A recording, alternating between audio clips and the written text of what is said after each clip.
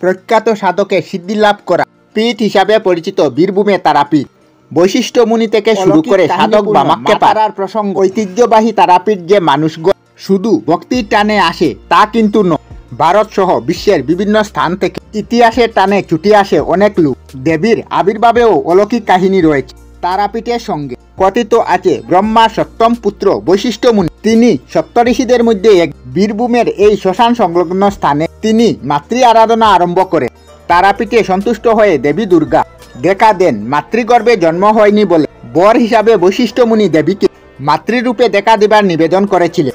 সমুদ্র মন্থনের সময় নীলকণ্ঠ পান করে মহাদেব শীতল হয়ে পড়েছিলেন। দেবী দুর্গা তারারূপে মহাদেবকে স্তনপান করিয়েছিলেন। শুক্লা চতুর্দশীর দিনে মা তারারূপে বৈশিষ্ট্যমুনিকে দেখা দিয়েছিলেন তিনি। সেই থেকে এই পীঠের নাম হয় তারাপীঠ। তবে আরো বিভিন্ন মত রয়েছে। বলা হয় ভগবান বিষ্ণুর চক্রে দেবীর দেহ খণ্ড হয়ে গিয়েছিল, সেই সময় এখানে চুকের মুনি বা তারা এখানে পড়েছিল। এর বাইরেও অনেক পৌরাণিক মত আছে। তবে বর্তমানে তারাপীঠের মন্দিরটি 1818 সালে বীরভূমের মল্লারপুরের জমিদার জগন্নাথ রায় নির্মাণ করেছিলেন। এই তারাপীঠের খ্যাতি লাভ সাধক ভক্ত অলৌকিক কাহিনীর মধ্য দিয়ে 1837 সালে তারাপীঠ সংলগ্ন আটলা গ্রামে জন্মগ্রহণ করে বামাচরণ চট্টোপাধ্যায়। এই তারাপীঠের দ্বারকা নদীর তীরে সাধনা করে তিনি সিদ্ধি লাভ করে। তারাপীঠের মা তারা দর্শন করতে গেলে সাধক বামাক্ষ্যাপার বিটে দর্শন না করে ফিরে না কেউ। এখানে তারা মাকে বুক নিবেদন করার আগে মায়ের নির্দেশে সাধক বামাক্ষ্যাপাকে আগে বুক নিবেদন করা হয়। তারাপীঠ সংলগ্ন একটি কুণ্ড আছে। কথিত আছে বণিক জয়দত্ত দ্বারকা নদীর দ্বারে বজরা নির্মাণ করেছিলেন। তারাপীঠের কাছে সাপের কামড়ে তার পুত্রের মৃত্যু হয়। সেই সময় বণিকের এক ভৃত্য মন্দির সংলগ্ন কুণ্ডে একটি কাটা শোল মাছ ধুতে গিয়েছিলেন। জলে ধোয়ার সময় শোল মাছ জীবিত হয়ে জলে চলে যায়। ভৃত্য ছুটে এসে সেই কথা জয়দত্তকে জানান।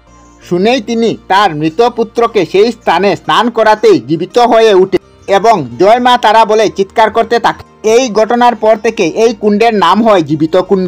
এই কুণ্ড থেকে মা আবার আবির্ভাব হয়েছিলেন বলে শোনা যায়। এই রকম অনেক অলৌকিক পৌরাণিক কাহিনী বর্ণিত আছে। তারাপীঠের বিভিন্ন পবিত্র স্থান বছরে লক্ষ লক্ষ ভক্তের সমাগম হয় এখানে। দেশের বাইরে ও বিশ্বের বিভিন্ন জায়গা থেকে মানুষজন এখানে আসেন তারাপীঠে তারা মায়ের দর্শন করতে। জয় তারা মায়ের জয়।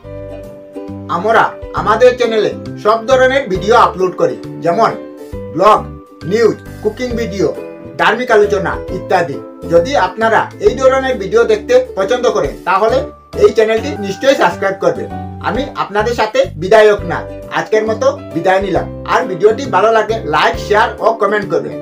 ভিডিওটি সম্পূর্ণ দেখার জন্য অশেষ ধন্যবাদ।